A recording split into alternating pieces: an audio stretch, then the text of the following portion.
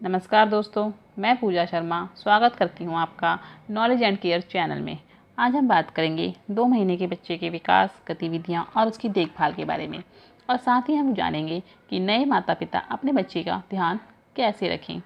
तो सबसे पहले हम देखते हैं बच्चे का वज़न और हाइट 2 महीने में कितनी होती है। अगर आपकी लड़की है तो उसका वज़न 4 से 5 किलो और हाइट 57 सेंटीमीटर तक हो सकती है। वहीं अगर आपका लड़का है तो उसका वज़न 4 से 6 किलो और हाइट 58 सेंटीमीटर तक हो सकती है। हाइट और वज़न कम ज़्यादा हो सकते हैं, इसमें कोई टेंशन वाली बात नहीं है। अगर हम बात करें बच्चे के विकास की, तो आप देखेंगे कि जहाँ बच्चा 1 महीने में सिर्फ अपनी माँ को पहचान रहा था, वहीं अब वह घर के अन्य सदस्यों को ध्यान से देखने की कोशिश करेगा, उन्हें पहचानने की कोशिश करेगा और बहुत हद तक वह कुछ चेहरों को पहचानने भी लगेगा। अगर बात करें बच्चे के रोने की, तो अब आप देखेंगे कि बच्चा अलग अलग प्रकार से रो रहा है। अब बच्चा अलग अलग तरीके से रोकर अपनी भावनाओं को व्यक्त करने की कोशिश करेगा। जब उसे भूख लगेगी तो वह अलग तरीके से रोएगा, और जब उसे सोना होगा तो अलग तरीके से रोएगा, और जब उसे कोई परेशानी होगी तो वह अलग अलग तरीके से रोकर अपनी परेशानियों को आपके पास तक पहुंचाने की कोशिश करेगा। अब आप देखेंगे कि बच्चे को कोई आवाज़ सुनाई देती है तो उसका ध्यान उस आवाज़ की ओर जाता है और वह अपना हल्की सी गर्दन घुमाकर उस आवाज़ को ध्यान से सुनने की कोशिश करता है।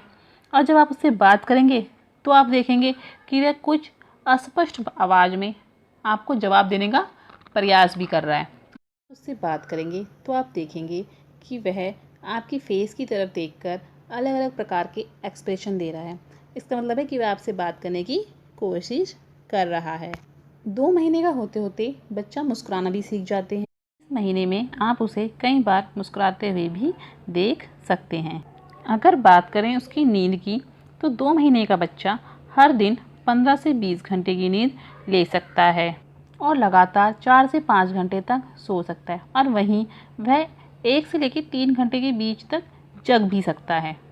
और जब वह जगा हो तो आपको चाहिए कि आप अलग अलग प्रकार की एक्टिविटी में उसको पार्टिसिपेट करवाएं, उससे बात करें, उसे कहानियाँ सुनाएं और अलग अलग खिलौनों से उसको खेलने के लिए प्रेरित करें। बात करते हैं उसके शारीरिक विकास की, तो 2 महीने के बच्चे की गर्दन की मांसपेशियां कुछ हद तक मजबूत हो जाती हैं, लेकिन इतनी नहीं कि आप उसे बैठा सकें।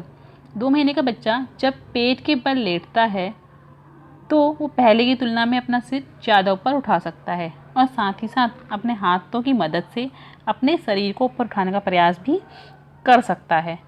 अब उसकी देखने की और सुनने की क्षमता पहले से बेहतर हो जाती है। एग्जाम्पल के लिए, अगर आप उसके सामने इधर से उधर कहीं जा रहे हैं तो वो अपनी गर्दन हल्की सी घुमाकर आपकी तरफ देख सकता है, और अगर आप कुछ कर रही हैं, कहीं से उसे आवाज़ लगा रही हैं दूर से, तो उसको सुनने का प्रयास भी कर सकता है। अब बात करते हैं उसके टीकों की। 6 हफ्ते में बच्चे को रोटावायरस 1, OP1 और पेंटाम 1 के टीके लगाए जाते हैं।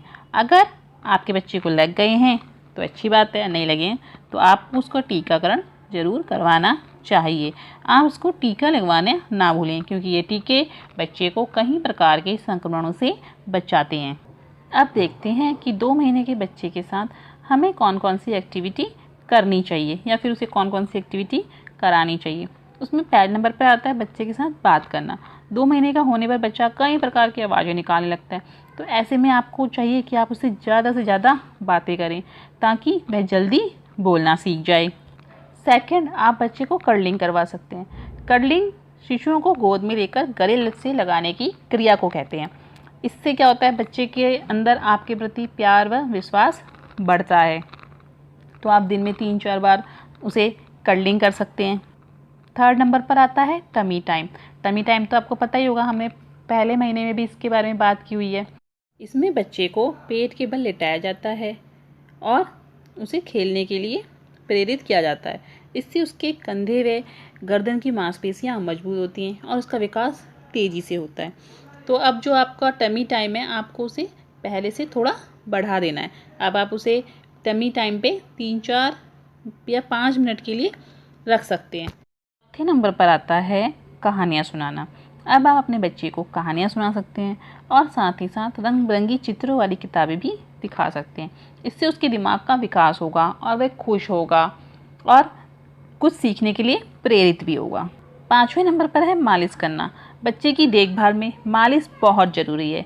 इससे उसका वजन बढ़ता है, पाचन तंत्र में सुधार, रक्त संचार में भी सुधार आता है और साथ ही साथ उसका विकास बहुत तेज़ी से होता है। आप अपने बच्चे की मालिश कोई से भी तेल से कर सकते हैं और जितनी बार आपका मन करे उतनी बार कर सकते हैं। वैसे आपको बच्चे की मालिश एक दिन में कम से कम 2 बार तो करनी चाहिए, एक सुबह की टाइम और एक शाम के टाइम। सुबह के टाइम मालिश करके बच्चे को आप नहला सकते हैं, उसके बाद आप बच्चे को नहला सकते हैं, या फिर नहीं नहलाना चाहते हैं तो मुँह हाथ धो के अच्छे से सुला सकते हैं। ऐसे ही आप रात में भी उसकी मालिश कर सकते हैं। रात में मालिश करने से उसे बहुत अच्छी नींद आएगी। अब हम बात करें 2 महीने में होने वाली समस्याओं की, जिन पर माता पिता को विशेष ध्यान देना चाहिए। उसमें फर्स्ट नंबर पर आता है डायपर रैशेस। ये ज़्यादातर गीले और गंदे डायपर पहनाने से हो सकती हैं। ये रैशेस लाल रंग के होते हैं। इसके लिए आपको चाहिए कि आप समय समय पर अपने बच्चे का डायपर चेंज करते रहें और उसकी त्वचा को साफ़ सुथरा और सूखा रखें।